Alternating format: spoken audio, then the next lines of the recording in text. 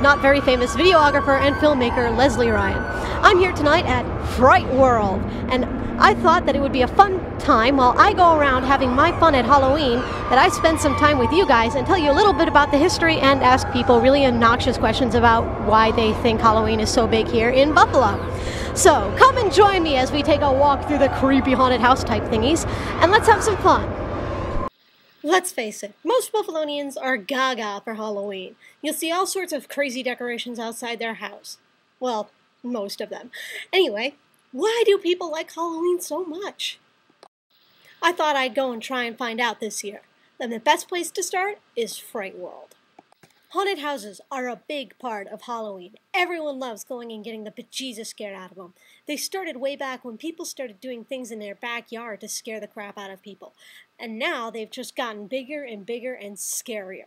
They're obviously inspired by the real-life haunted houses we see.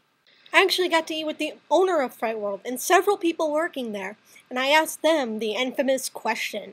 Why do you think people in Buffalo love Halloween so much?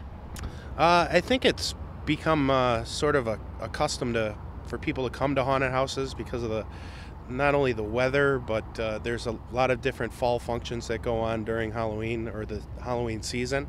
So a lot of people just make it a journey or a trip to come out to a haunted house. Halloween's got to be like the make-believe, everything, you know, all the ghouls, goblins, just, you know, the what-ifs, and just the scare of it. People love getting scared, you know, so that's what really makes Halloween Halloween. I don't know, really. I guess I'll just go have fun, go out and get scared half to death. Thus ended my trip to Fright World and my October 29th.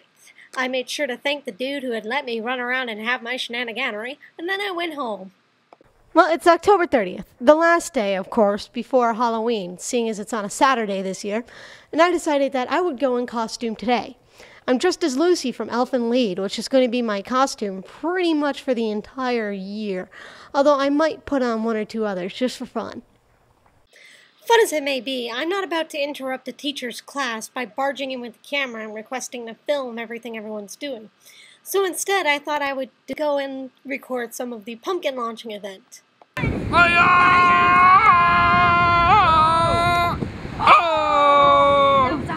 While we're launching pumpkins, let's talk a little bit about jack-o'-lanterns. Jack-o'-lanterning actually didn't start out with pumpkins at all. People would first carve things into swedes or turnips and set candles in them back in the UK. It wasn't until they came to America where they were associated with pumpkins and carved out of those, as those were more plentiful. And even then, they didn't get associated until 1866 with Halloween, which, again, happened in America. So it was that October 31st came. It was time for Halloween and time for trick-or-treaters to roam the streets like little monsters and steal candy from people who had, bought the candy for them. Anyway, I was charged with the duty of handing out said candy, and I thought I would take my camera with me to see all the little ghosts and ghouls who came in my neighborhood.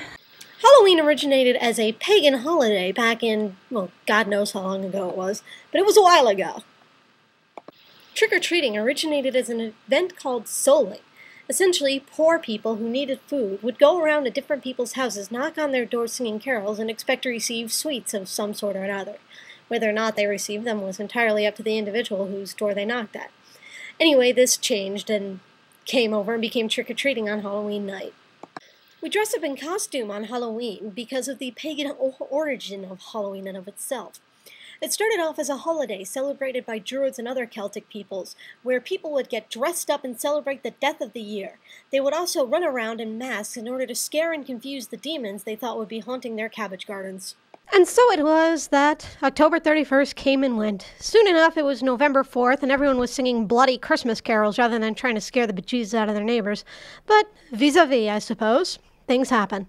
Anyway, I especially enjoyed this Halloween year, and I was very happy I got to do all the fun stuff I could. Who can say they met up with the owner of Fright World and got an interview with him? Actually, probably a lot of people with how easy I got it done, but who cares? I feel special. Anyway, I hope you guys have learned something in the past 5 minutes or so of video, because if you didn't, you weren't paying attention, now were you? Either way, thank you so much for spending your time with me in this intellectual and effectual documentary.